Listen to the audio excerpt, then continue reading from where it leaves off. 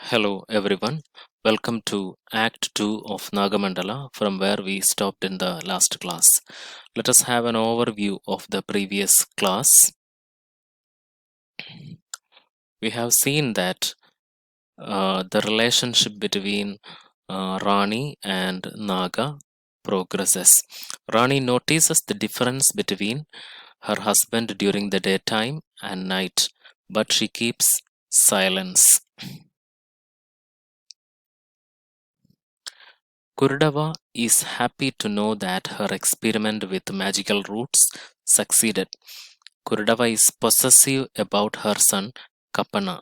She believes that he is in love with some village girl, but Kurdava says that he is uh, sorry.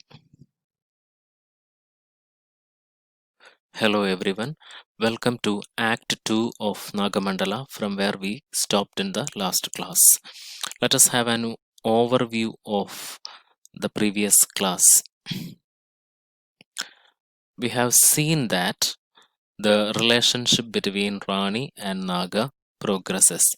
Rani notices the difference between her husband during the daytime and night, but she keeps silence. Kurdava is happy to know that her experiment with magical roots succeeded. Kurdava is possessive about her son Kapana. She believes that he is in love with some village girl, but Kapana says that he is seeing a ghost or spirit. Naga fights and kills a mongoose brought by Apana, but is wounded and absent for 15 days. When he comes again, Rani observed unhealed wounds in his body. However, when he comes during the day, the wounds were not there. Rani waits for a day to confirm whether this is an illusion or not, and one day. That's where we stopped in the last class, and let us continue from there. Continuing the lesson from page 99, end of para 1. When Naga comes next day, Rani reveals to him that she is pregnant. That is how Rani realized that what is happening around her is not a fantasy or illusion. Just opposite of what Rani expected, Naga becomes so shocked. Naga's response is really a blow to Rani. Rani expected that he will dance with joy on hearing the news. Now, Rani starts questioning his strange behavior during night and day. She says, I was a stupid, ignorant girl when you brought me here. But now I am a woman, a wife, and I am going to be a mother. I am not a parrot, not a cat or a sparrow. Why don't you take it on trust that I have a mind and explain this charade to me? Charade is a play acting, a game. Rani implies that Naga is playing a game in front of her. Why do you play these games? Why do you change like a chameleon from day to night? Even if I understood a little, a tiny bit, I could bear it. But now, sometimes I feel my head is going to burst. Naga opens his mouth to say something. Rani. Rani know what he is going to say. Rani says, I know. Don't ask questions. Do as I say. Naga laughs. That is not what I was going to say. Rani, you don't want the child, do you? If I had remained barren, barren means without reproducing. If I had remained barren, I could have spent my whole life happily trying to work out, happily trying to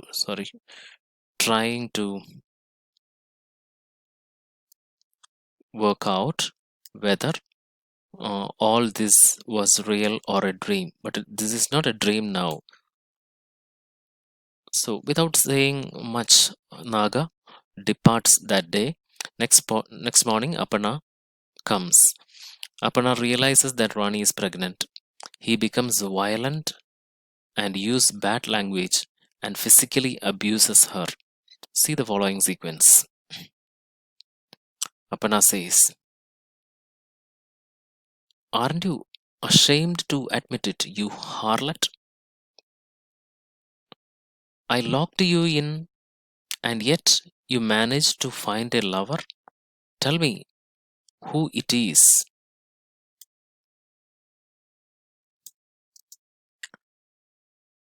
"Who did you go to with your sari off?" Rani replies, "I swear to you I haven't done anything wrong." Apana, "You haven't? And yet you have a bloated tummy?" Tummy means belly. He is using very bad language to indicate that she is pregnant. "And you have a bloated tummy? Just pumped air into it, did you? And you think I will let you get away with that? You darken my face, you slut." Slut means prostitute. He beats her, and the cobra watches this through a window and moves about frantic. And cobra, Naga sees this, and Naga is not able to do anything. So he is frantic, he is worried.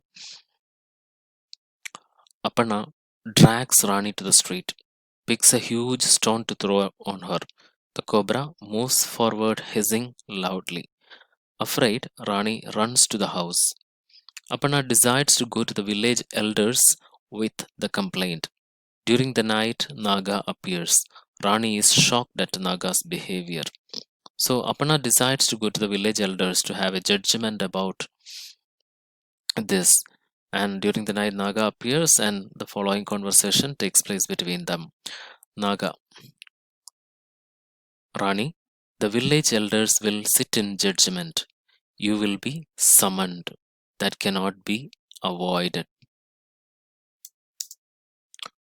And Rani replies, "Look at the way you talk, as if you were referring to someone else. After all, you complained. You complained about me. You complained to the elders about me. Now you can go and withdraw the complaint. Say my wife is not a whore." Whore means a prostitute. Naga, "I'm sorry, but it can't be done." Instead, Naga advises her. What is Naga's advice? "Listen to me carefully. When you face the elders, tell them you will prove your innocence. Say you undertake the snake ordeal." Snake ordeal. And Rani is not aware what is snake ordeal. And Rani asks, "Snake ordeal? What is that?"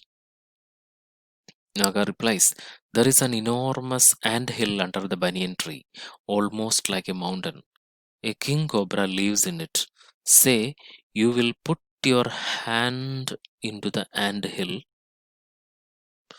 Rani screams listening to that. "What?" "Yes, and pull out the king cobra and take your oath by that cobra."